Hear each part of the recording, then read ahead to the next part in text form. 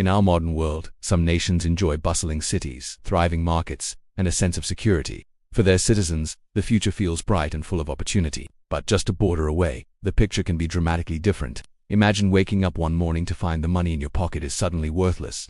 The supermarket shelves are empty, and the job you relied on has vanished. This isn't a scene from a movie, it's the harsh reality for millions living in countries with unstable economies. What pushes a nation to the brink of economic collapse? Often the root cause is political instability. When governments change overnight through coups or contested elections, chaos follows. Investors get spooked. They see a country where the rules of the game can change at any moment, and they pull their money out, a phenomenon known as capital flight. This sudden exodus of funds weakens the local currency and halts long-term projects, creating a vicious cycle of decline.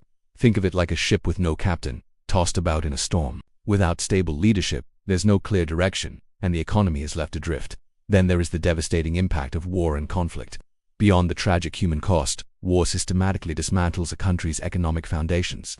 Factories are bombed, roads are destroyed, and fields are left unplowed. The government's focus and resources shift from building schools and hospitals to funding the military. Normal economic activity grinds to a halt. Trade routes are severed and the workforce is displaced or conscripted. Recovery from this level of destruction can take generations, leaving deep scars on the nation's psyche and its balance sheets. Many struggling economies are also buried under mountains of debt. Sometimes, this debt is taken on to fund essential infrastructure or social programs, but when a country borrows more than it can repay, it faces a debt crisis.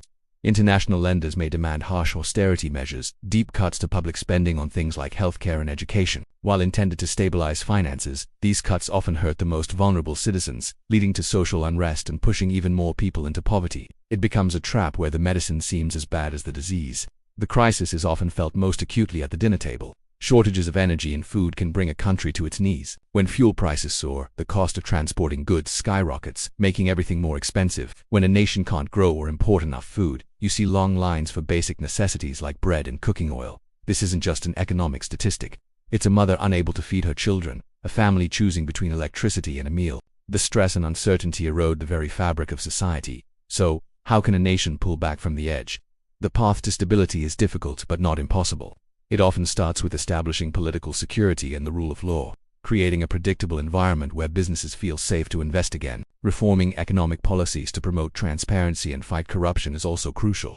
International cooperation plays a key role, whether through fair debt restructuring, humanitarian aid, or technical assistance to rebuild institutions. The goal is to create a self-sustaining cycle of growth, where education, innovation, and trade can flourish. The journey is long, but it's a fight for a future where every nation has the chance to build a stable and prosperous home for its people. Thank you for watching.